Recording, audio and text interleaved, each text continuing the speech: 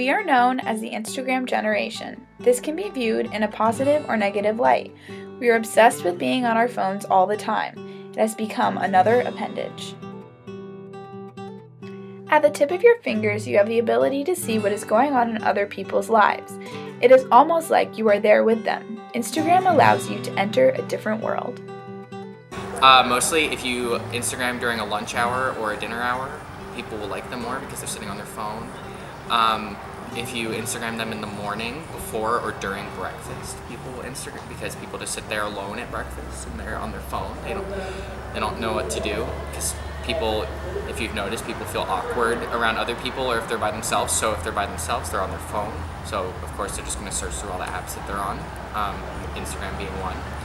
So I've noticed like variants and like hundreds of likes on my pictures depending on when I Instagram them.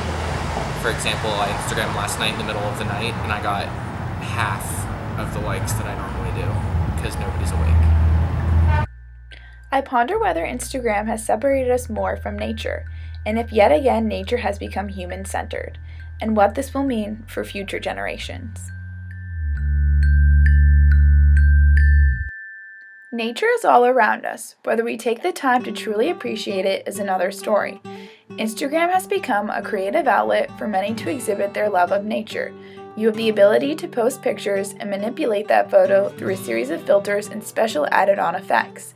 In the palm of your hand, you have the ability to shape someone else's experience with nature. Pretty crazy, right?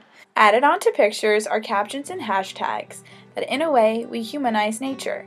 It is important to realize when we are truly taking a picture to appreciate what is in front of us and to realize the distinction of taking a photo purely for the beauty that is in front of us or to fulfill our desire to be liked. It's what Daniel Kahneman used to refer to as the experiencing self and the remembering self. And they're working in concert. They're saying, be happy for this moment is your life. But guess what? This moment is going to be gone like this. And all you're going to have left is that photo filter vintage photograph. The idea that there are two forms of self is an interesting phenomenon.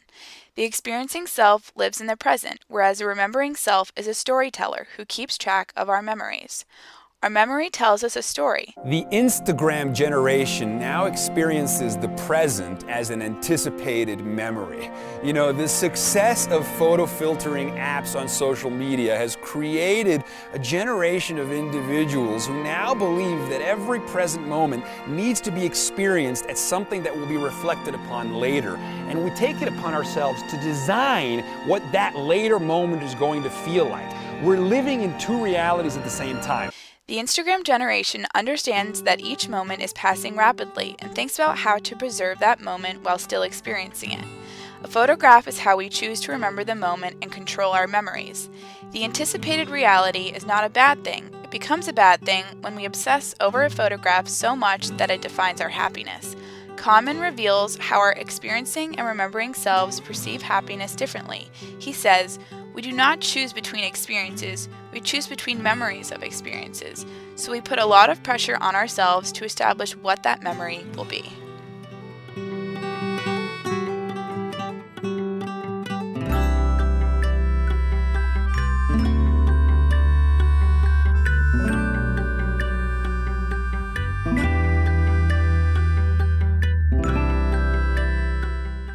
Walking to class, we experience life through these two lenses of the experiencing and remembering self. It doesn't affect my well-being, but it kind of makes me feel like that picture wasn't adequate. So I will either hashtag as a comment, so my picture comes up on people's feeds as a new picture during those hours that I talked about, or I will delete it and repost it. I like to get likes, so like it's a challenge for me to like see if I can like up my like. I'm like obsessed with numbers, so I like to like see if I can like hit that next level. I do it too much. Through Instagram, nature has become human-centered. We measure our self-worth on how many likes we get on a photo, and the beauty of nature gets lost in translation. In addition to Instagram, we experience a virtual reality here on campus. Using a stationary bike, elliptical, or treadmill at the gym, you are given a series of choices of where you can work out in the world. You're on the road, or you're in the mountains, or in the city, working out in a picturesque landscape. You are living and experiencing your workout in two realities at the same time. We are drawn into this virtual reality. In a way, it allows us to escape from where we actually are, at the gym. Nature on a screen allows us to mentally be where we are not physically. In a positive light, the time you spent working out and the landscape of your choice, you produce energy that is put into the grid. You are being sustainable.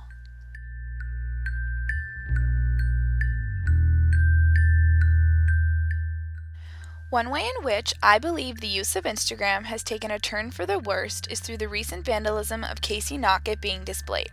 Casey Knockett, the so-called artist, vandalized 8 national parks and Instagrammed the whole thing. She goes by the name Creepy Tings and is leaving her mark in some of the most visited places of wilderness. She knows what she is doing is wrong. Trevor Lee also gained social media fame. He was an employee at Yosemite National Park for 6 months and has now been featured in Outside Magazine and by Instagram's blog for his adventures in the park. He was doing illegal activity and becoming famous because of it. He now has a corporate sponsorship from REI due to his photos of illegal activity. Whether it be through vandalism or illegal activity, humans imposing their will and leaving their mark on nature is an ever-growing problem. I worry how our reliance and dependence on being on a screen all the time will affect future generations. Screens separate us more from the natural world. Everyone enjoys looking at a beautiful photograph, but there is a point where the picture goes beyond beauty and gives us self-worth. And this is scary. When is enough enough? Are we going to get dressed and go outside? Yes, we are. I don't see what you're supposed to do. No, you need to stop now. Okay, now leave it there. Don't touch anything else. We're going to get dressed.